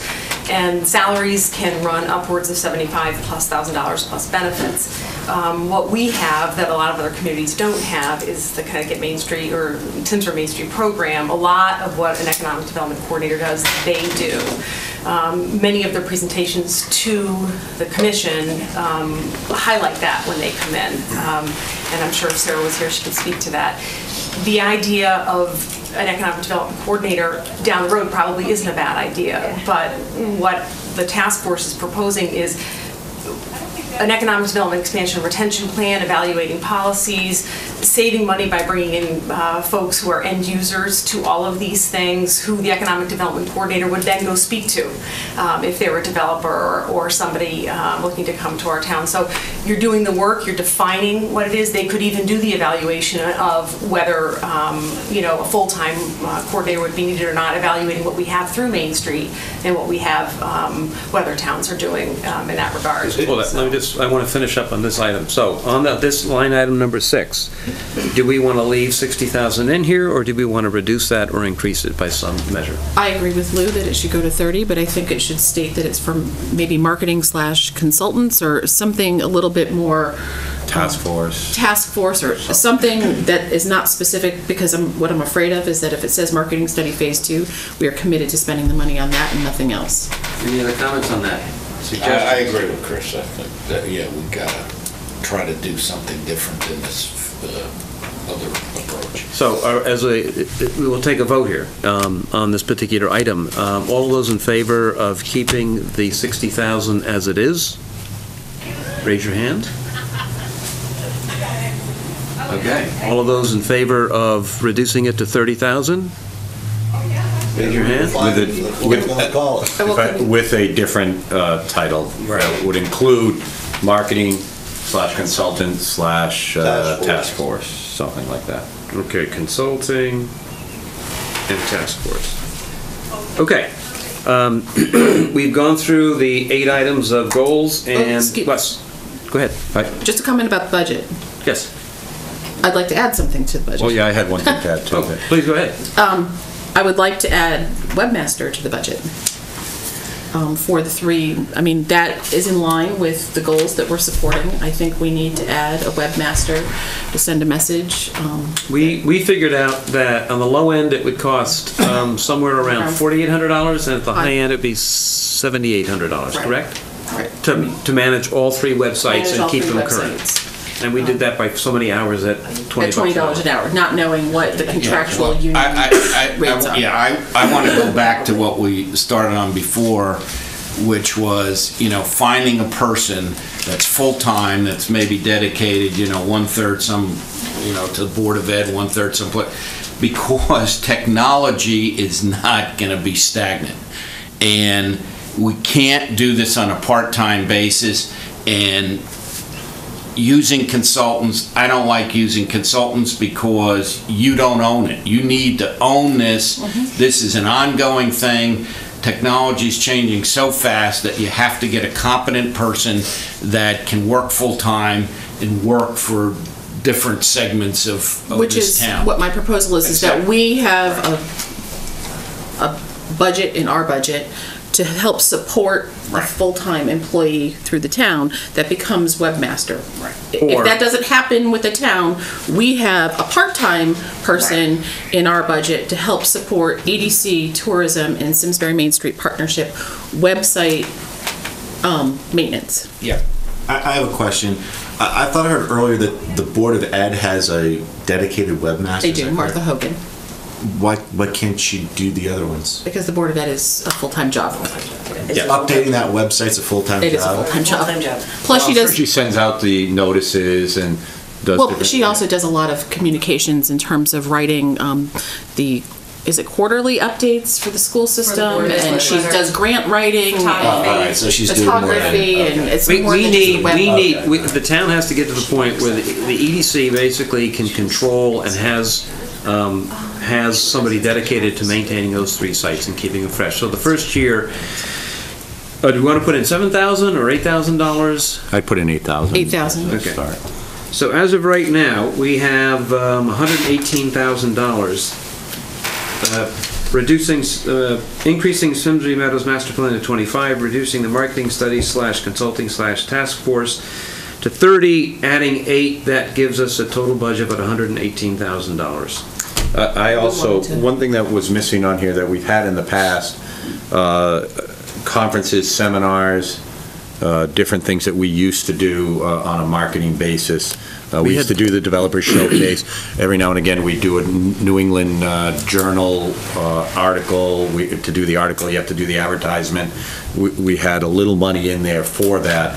I had 5,000 just written down. I don't know if that's the right amount. Last year, we spent nothing on that, except I went to one conference with... But we didn't, technically wasn't, if I recall, it wasn't in our budget. It was in the first selectment we would have to apply. Right. Last year, we tried to put it in the budget to the tune of $3,200. Oh, that's what it was, 32? I don't, okay. Well, maybe that's the number we try. Put it in. Yeah, put it in and put something for seniors too, yeah. Mark, can I while you're working, can I put 2 cents in? I mentioned earlier a video that's one of Peter Fairweather's comments was that there is nothing that says what Simsbury is. Nothing anywhere is descriptive for that a business could look at from the outside or people in town could see that stresses what our pluses are. And I thought that was one of his major points was that we have nothing to show, nothing robust to show people what we are. And I think a video, 3 minutes on the website and something bigger that exists that we could send out on a DVD is really important. As our site, we would like to see that on tourism as well as to see that on EDC, and that's where we're trying to get. The cost of doing that was about $25,000, and that's why we came up with this. That's a lot of money. I was going to say, Mark, part of what Rick's talking about with innovation is it's good to have the video, it's good to talk about who we are as a community and some of the actual tangible things. But the messaging that can come out of the innovation study can also be about making it not only a tourism message, but also an economic development message. And so exactly, but the tourism message is the same thing as the innovation message. The whole state tourism message is still revolutionary. And we fit in there perfectly, and it marries well together. Yeah. But we have nothing physically to show people. Yeah. And I think you've got to do that. Okay. Do we want to add in for conferences and whatever else? Yes. Sure. Yeah, we did those very regularly. Well, I think years kind of with the budget going down, but we went to a number of different things. That's kind of helps the regional connection. Okay. That's how we use it, if you recall. What number do you want to put in? Whatever, I think let's do 3,000 then, if, That's what it was, that's what we asked for last year. 3,000. And it's been very similar. The West Coast, that's for sure. Okay. No, these are more regional type of issues, the developer showcase and things like that. That brings the Whatever pops up. total budget to $121,000. Why don't we round it up? You can explain that at the budget. So, do we have a motion to accept the goals as we've discussed them and a budget of $121,000 as we've discussed them? I'll make a Second. All in favor? Aye. All against? Thank you very much. Okay. Since, just on the last part of that, since number 6 has 30,000 allocated to it, that task force, I would recommend that the EDC recommend to the Board of Selectmen that a task force be implemented. But one of the things I noticed that it was going to report directly to the Board of Selectmen. I think it should go. No, that was we covered that already. Okay. Well, I don't think we agreed to recommend it. Oh, I thought we did. No. But Let's make the motion. Okay, we have 2 things left on the agenda. I don't know who can stick around. I actually can't, so if I can, I don't know if you can, but if I could ask to go first, because I have to get to work. Okay, why don't you give us your speed presentation? And really a lot of this has already been talked about, but what I proposed to the Board of Selectmen was, and I think Rick talked about it too, it's not to supersede the role of the EDC, it's to work in concert with it. It's to be able to implement some of the ideas out of the marketing study, but at a much reduced cost, utilizing in-kind services from marketing professionals that could be brought in as volunteers to that task force. It's also, it's kind of like product testing. So you've got commercial developers and realtors that are there, and they're the end users of the marketing and all the things that would be produced out of that.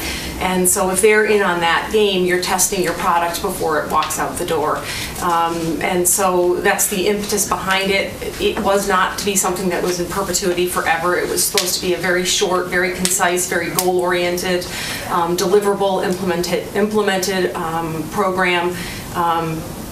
I think, it would have to be appointed by the Board of Selectmen because the Board of Selectmen is appointment authority, but certainly the reporting mechanism to bring the synergy back, to have that come through the EDC is perfectly... I don't have your thing, but there's 2 things that came to mind that I remember from yours was the retention and outreach to business. Yeah, it's in that packet I gave you guys that's been...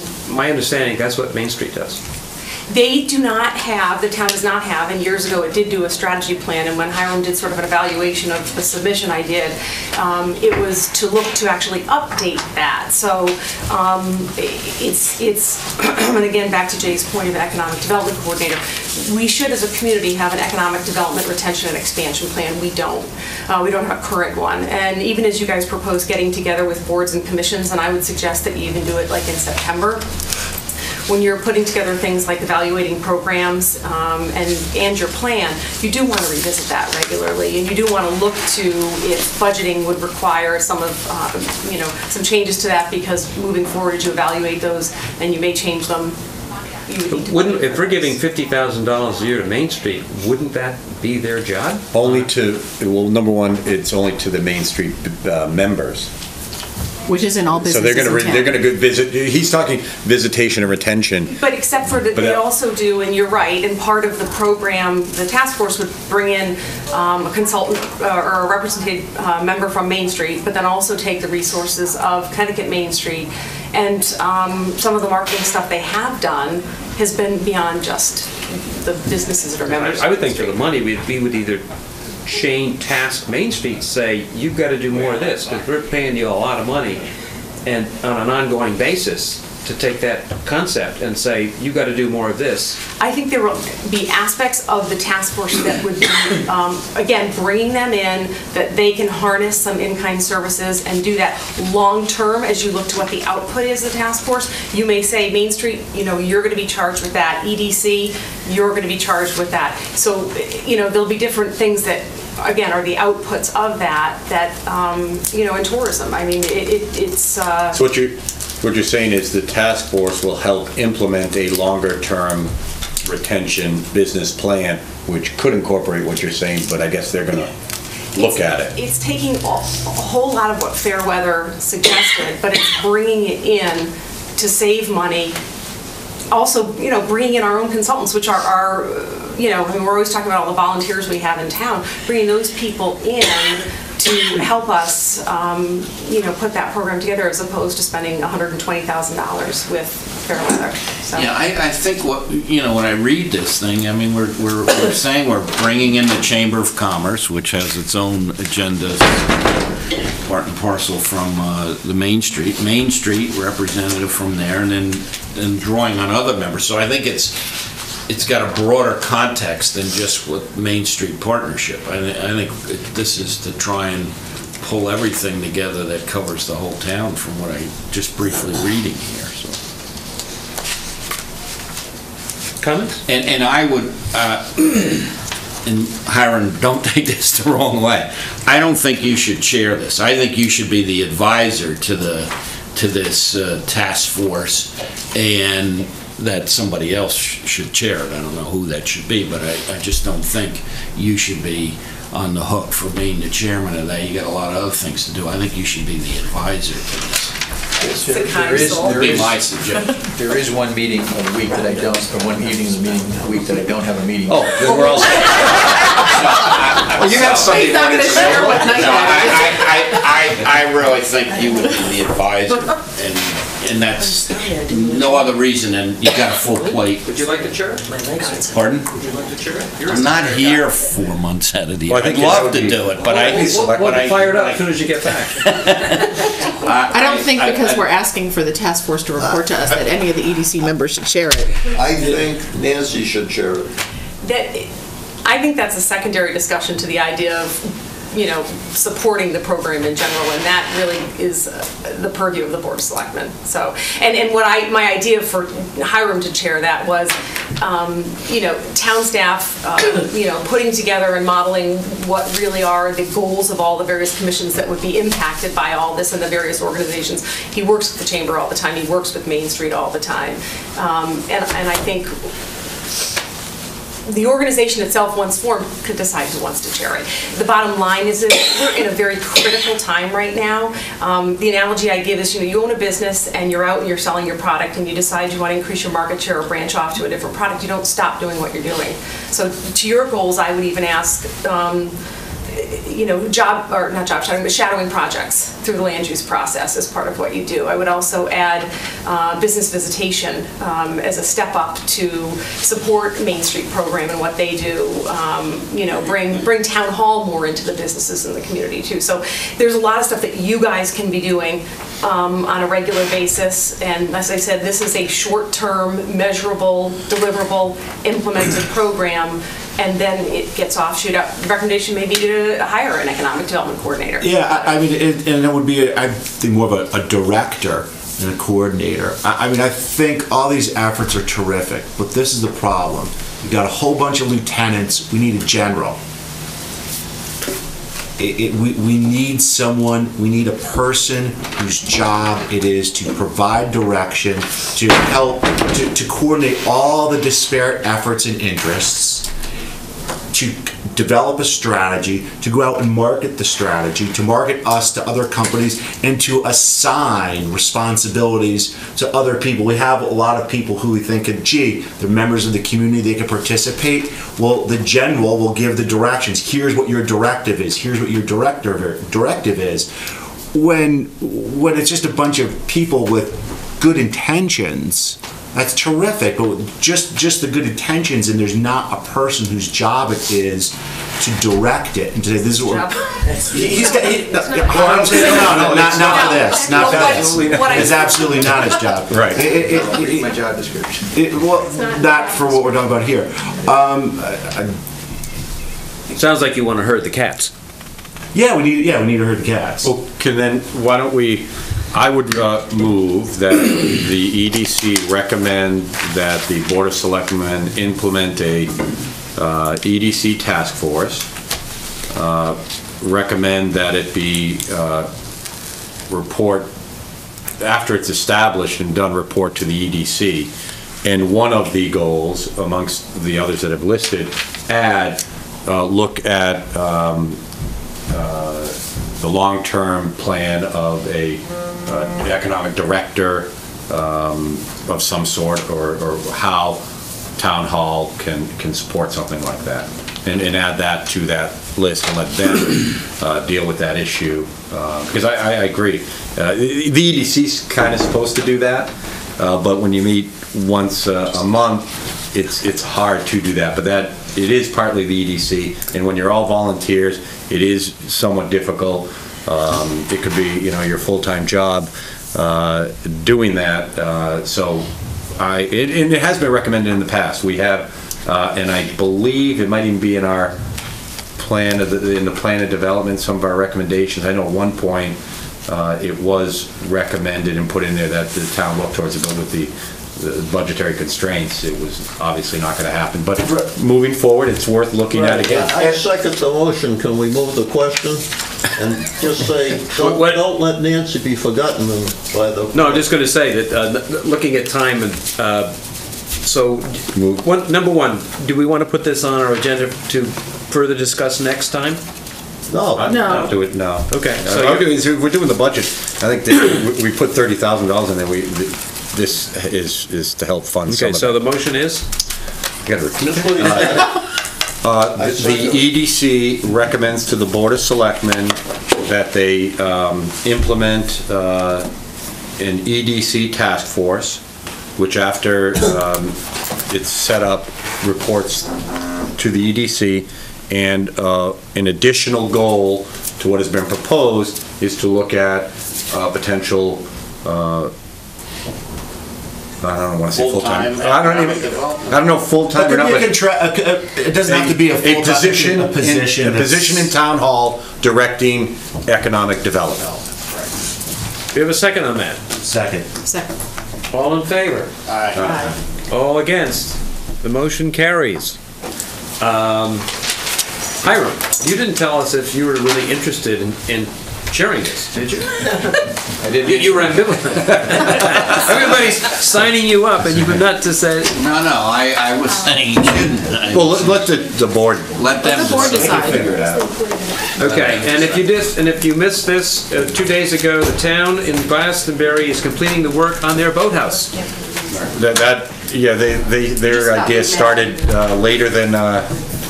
How long you said we've been working on this since 2007? Well, they also allocated $12 million to the whole area years ago, but it just shows that you can do something. We need to talk about the website. Oh, okay, shoot. One more on the website. Can I jump in? Please.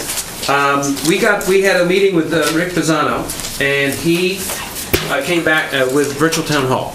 And Virtual Town Hall said that, number one, if we get our own URL, if the town buys it, which is .com, .net, .org, and all that, for EDC, that they would help us create the template, and they gave us a contract. The cost, the one-time cost is $495 to do so, and with that, they would work to create the whole template, and then using the template, we could then add in photos, narration. We do the content. We can do the content.